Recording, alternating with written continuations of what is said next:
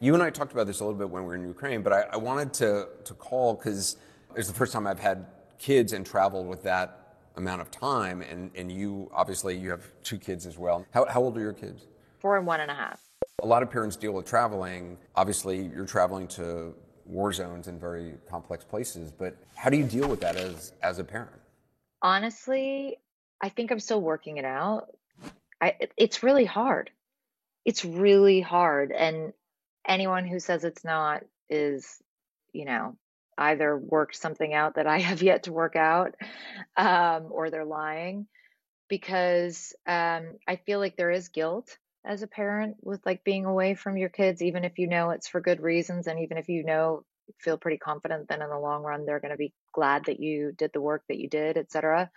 What for me has helped is like building this life for my children that exists without me in it as well. So I have a very present, wonderful husband.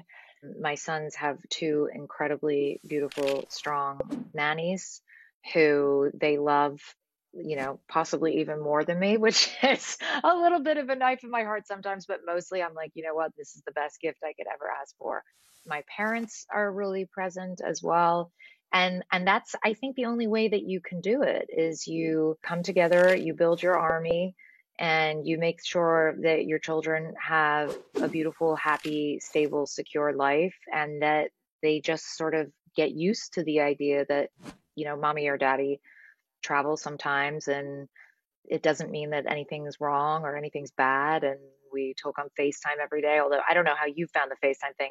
It's very hard when they're really young. It's really, I found it kind of very difficult because my older son, who's almost two, you know, he was more interested in like the vacuum cleaner that he thought I had in my room, which was actually a light and so he would, when he would see me, the first thing he would say is his word for vacuum cleaner, which is kakalo, which I don't know why that's his word for vacuum cleaner, but it wasn't like daddy, it was vacuum cleaner. And I would have to show him the light that he was really interested in as opposed to me, which I gotta say made me feel, I just felt kind of horrible. I mean, I loved seeing him, but it made it harder almost.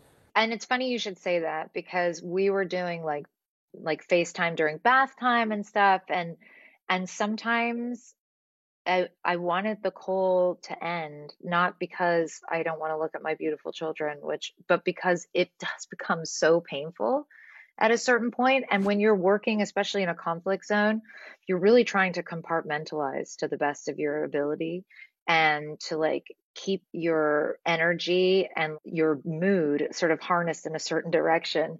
And if you let yourself go too far into a different space, a much more vulnerable, open, loving space, you suddenly feel all the feelings and it's like a little overwhelming almost.